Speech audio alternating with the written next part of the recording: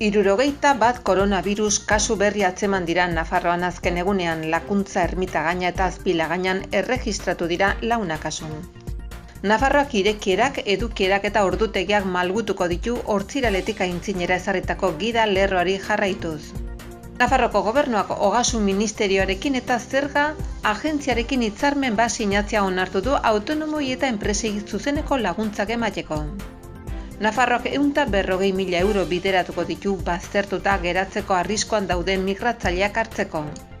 Nafarroa, Europaren aintzinean mugikortasun iraunkorraren garapenean giltzarri den eskualdetako bat da. Herritarrekiko harremanetako departamentoak gorroto diskursoi buruzko online mintegia antolatu du. Sahararekiko elkartasunerako mugimenduek martxa bat antolatu dute Espainiako estatuan zehar Madrileraino Saharar herriari babesa adierazteko eta erakundei erantzunkizuna eskatzeko. Iruñako harresiak hipika sari nagusiak 2.000 persona baino gehiago erakarriko ditu hirira iraian. Foru komunitateak Nafarroa efektuaren eskaintza berritua eta turismoko webgune berria aurkeztu ditu Fitur 2021 lehen jardunaldian. Genero eta berdintasuna gogoetagai Iturramako Zibiboxan ostiralean goizeko 10etan eta arratsaldeko 8etan. Antzerkia Itzaurri Alkurandero Gaiarre antzokian ostiralean arratsaldeko 6etatik aintzinera. Igandean kontzertua Olatz Salvador Totem aretoan eguerdiko ordu batetan.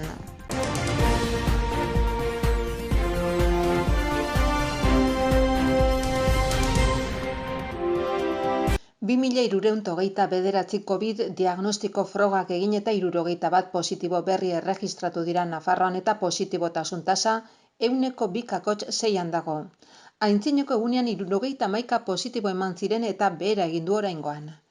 Birusak gogorren kolpatutako udalerri eta gunei dagokionez Lakuntza eta Iruñako Mendebaldea eta Azpilagaina auzoak dira denen buru, 4 kutsadurekin.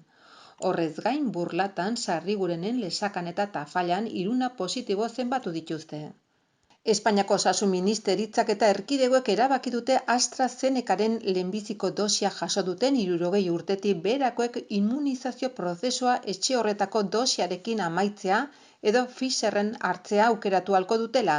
Dena dela, dokumentu bat sinatu beharko dute erabakiarekin bat datozela adierazteko.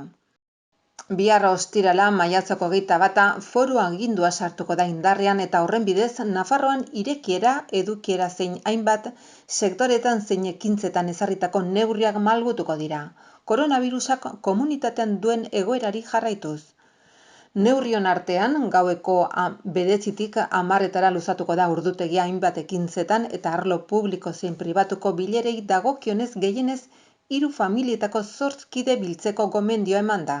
Zentzu horretan, muga izatetik gomendio izatera igaro da.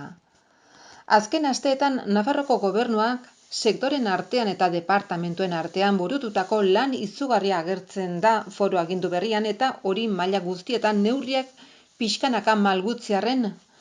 Neurriak oraingoz 2 astetan mantenduko dira hots ekainaren 4 arte eta garatzen jarraitu nahi den aldi baterako prozesuaren barnean sartzen dira horretarako beti ere kontuan izango dira pandemiaren egoera eta foru exekutiboaren ibilbide orrian jasotako adierazle epidemiologikoak eta sanitarioak horrek koronavirusaren parametro objektiboak sektore bakoitzari dagozkion ataleekin lotzen baitu. Gogoratu horiek orientagarria direla eta pandemiak lurraldean duen eszenatokira egokitzeko moduko aplikazio margina dute.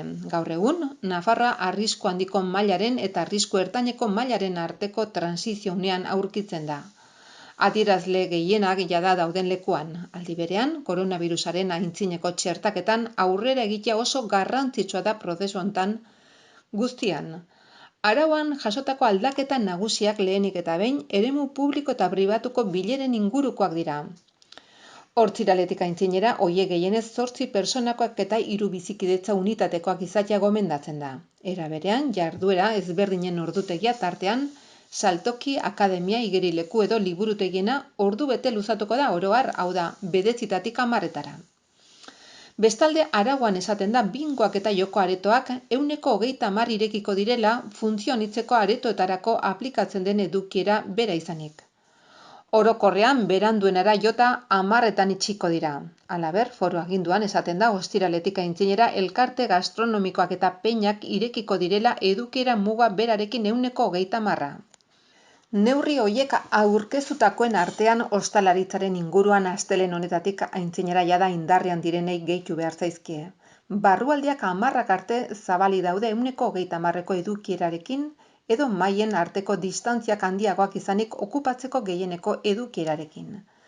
Azken kasu horretan erantzunkizunpeko adierazpen bat aurkeztuko da fitxa tekniko batekin eta bertan konpromisoa hartuko dute koronavirusaren prebentziorako zenbait jardunbide egoki betetzeko. Distantziak handitzea bezala, CO2 neurgailu bat izateko inolaz ere 800ko konzentrazioak gainditu ez dituena milioika zatiak, edota trazabilitatea bermatzeko beharrezko izanez gero bezeroekin berehala harremanetan jartzeko. 200 lokal baino gehiagok ireki dituzte barrualdeak modu honetan. Gogoratu beti mahaian kontsumitu behar dela, terrazen edukiera 100%ean baimentzen da eta ordu batetan itxiko dira, establezimendua uzteko lanak barne. Bestalde foru agindu berriarekin txikizkako merkataritzan 60%ra bitarte gehitu da edukiera. Haurrentzako parkek aldiz ez dute okupazio mugarik izango. Zentro komertzialei dagokionean 40%ra zabaldu dira.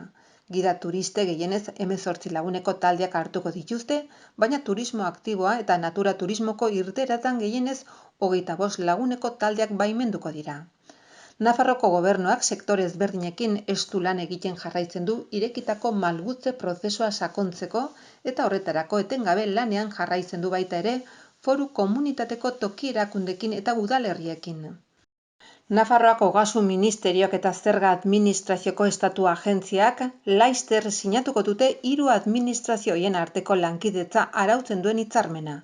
Espainiako gobernuak autonomoentzat eta koronavirusaren pandemiak kaltetutako enpresentzat onartu dituen zuzeneko laguntzak Nafarroan martxan jarri eta gauzatzeko. Laguntza horiek 78 milioi ingurukoak izango dira eta ekainaren amaieran dei daitezkela aurreikusi da. Nafarroko gobernuak 140.000 euro bideratuko ditu gurutze gorriak kudeatzen duen gizarte bazterketa arriskuan dauden migratzailei harrera egiteko programa gara dezaten. Migrazio politiketako zuzendaritza nagusiak jarduera hori finantzatzeko bideratutako diru laguntza arautzen duen hitzarmena sinatu da asteazkenean Nafarroko jauregian.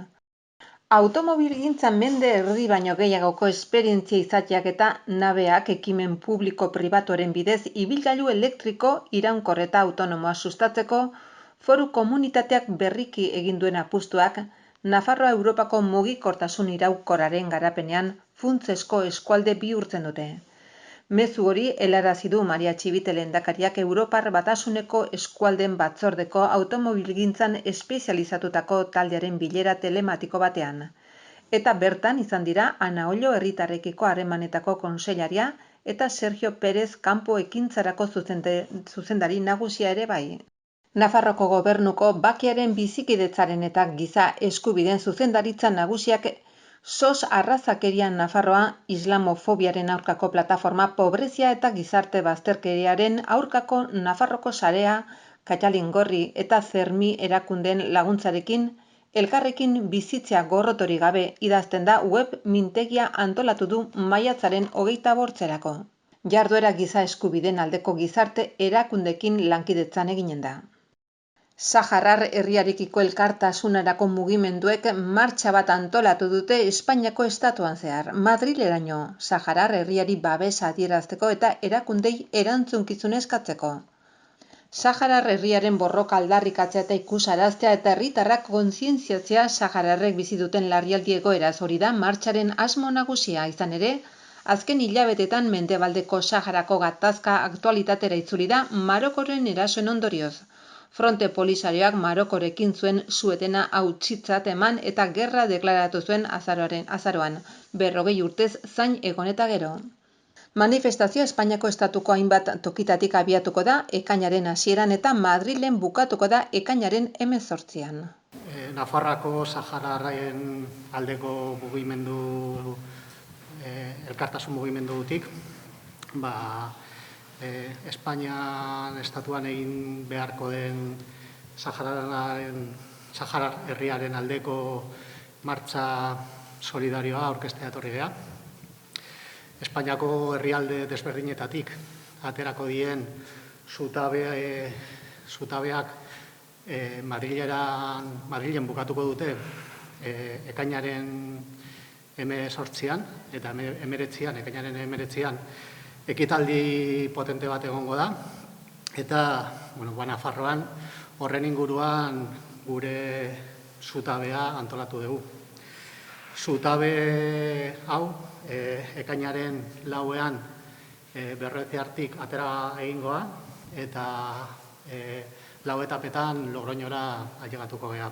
Bigarren etapa Berroetiartik, Iruñatik Garesera izango da, 3. Garesetik Lizarrara, 4.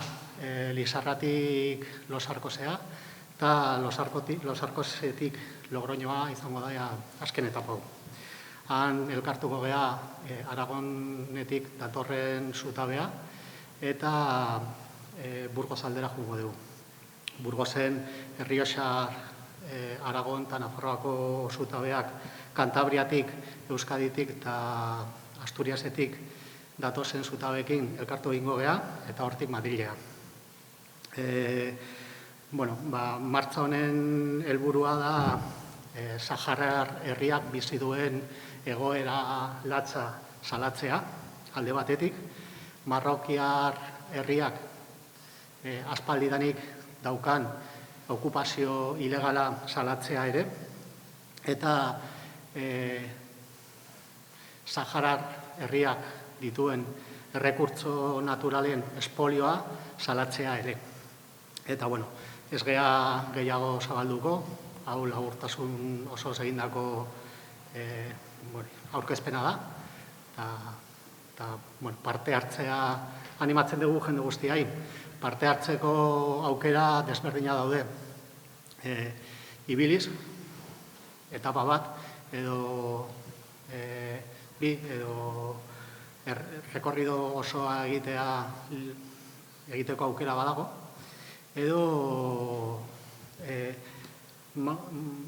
manifestu baten atxikimendua egiteko ere aukera badago. Badaukagu ere helbide elektroniko bat, horren bitartez apuntatu zaitezkete martxan parte hartu nahi duen jendea, eta hori da kontatu nahi genizuena. Iruñeko harresiak hipika sari nagusiak 2000 pertsona baino gehiago erakarriko ditu hirira eta ura zaldiaren munduko erdigune nazionala bihurtuko du, adierazi du Iruñeko udalak. Irailaren 2tik 12 nazioko zaldizko hoberenek hainbat jauzi zein zaldi eziera frogatan parte hartuko dute. Sarrera debalde izanen da eta Ziudadelako Lubanarroetan eginen da, Iturramako sarbidearen ondoan. Nafarroko hipikaren historian inoiz antolatu den ekitaldirik jendetsuena izanen da, eta hala azaldu dute prentsaurrekoan Maria Caballero gizarte zerbitzuetako komunitate ekintzako eta kiroleko zinegozio ordezkariak, Patxi Jimenez Nafarroko hipika federazioko lehendakariak eta Jesus González Zizurreko zaldi zentroko zuzendari eta ekitaldiaren antolatzaileak. Antolatzaileak 200.000 euro baino gehiagoko aurrekontua aurreikusi dute eta horietatik 35.000 euro Iruñeko udalak emanen ditu. Atzo goizean zabaldu zituen ateak Fitur 2021 nazioarteko turismo azokak Madrilen. Bertan Nafarroa efektuaren eskaintza berritua izango du turismo aktiboa Doneiako bidea eta zuzeneko kultura ardaz dituena. Inaugurazioaren ondoren Maiten Ezkutari turismo merkataritza eta konsumo zuzendari nagusiak turismoko web atariaren birmoldaketa aurkeztu du, edukiak eskariaren beharretara bideratzeko eta turismo zerbitzuen konsumoa sustatzeko. Gaur hortzeguna gure erkidegoaren apustu turistiko handietako bati eskainiko zaio Doneiako bideari gain zuzen, eta aldi berean Xakobeo 2021-2022an kokatzen da. Nafarroko Gobernuko Ekonomia eta Enpresako kontseilaria den Mikel Irujok hasiera emango dio jardunaldiari eta espazio zein Xakobeo kontzeptuaren ikuspegi orokorra aurkeztuko ditu. Aipatu ikuspegiak eragile berriak barne hartzen ditu xede komunak lortze aldera egiten den lan partekatutako ekosistema batean. Haien artean edizio honetan Nafarroaren marka bereziki nabarmentzekoa da. Xakobeo 2021 honen mailan dagoen programazio kulturala du eta. Genero eta berdintasuna gogoetagai Iturramako Zibiboxan maiatzak 21 ostiralean. Goizeko 10:00 ordu batetara eta arratsaldean 5:00 zortzitara. Diziplina anitzeko ikuspegiarekin zeharkako genero ikuspegia ematea da laborategi honen funtsezko ardatza. Azken buruan emakumeek gure egungo gizarteetan betetzen duten eginkizuna ulertzeko moduz hausnartzeko tresna bat izanen da. Antzerkia hitzaurria El Curandero Gaiarre antzokian ostiralean arratsaldeko 6:00 aintzinera. Frank bere doinari buruzko zalantzak dituen sendalaria da eta jaioterri izan zuen Irlanda herrialdera itzuliko da. Etengabe susmopean dauden sendatze ahalmenak berreskura ditzaken ikusteko. Gainerakoen eta bere susmopean, Frankekin batera Grace emaztea lege ibilbidea utzi zuena debozioz jarraitzeko engainatzailearen traizioak gora bera. Eta bai Teddy ere ordezkari nonahikoa, zeina bere bizitza bakartiko frustrazioak ustez magoa denaren ondoan sendatzen dituen. Istorio bat 3 bersio desberdin, laugarren personai izango den aldetik publikoak bere ondorioak aterako ditu. Igandean kontzertua Olatz Salvadorrek Toten aretoan eguerdiko ordu batetik aintzinera. Olatz Salvador Donostiarra 2010 geroztik urte pare bat lehenago sortu zen eskakeitan taldean aritzen da teklatua jotzen eta koruak egiten musika jaialdi ugaritan parte hartuz. 2014tik aintzinera bakarkako bideari ere ekin dio, lagunek berak idatzitako abestiak entzutean animatu zuten jendaurrean erakustera. Gitarrak lagunduta kontzertu akustikoak egin ohi ditu.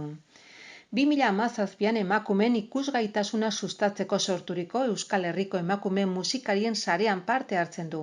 Aragoioz, beste 6 emakume Izaro Andres, Eneritz Dueso, Garazi Esnaola, Idoia Hernández, Lide Hernando, Miren Narvaiz kidekin batera musikari elkarteko zuzendaritzan ere ari da 2020ko bukaeratik.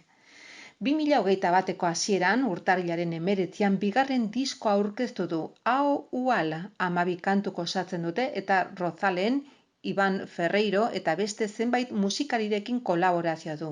Harekin parte hartu duten musikarien ez ezik, beste artista baten ahotsa ere entzuten da haren kantuetako batean, Gata Katxana. Udaberrian aurkezpen kontzertuekin hasi da dagoeneko eta oso harrera ona izan du.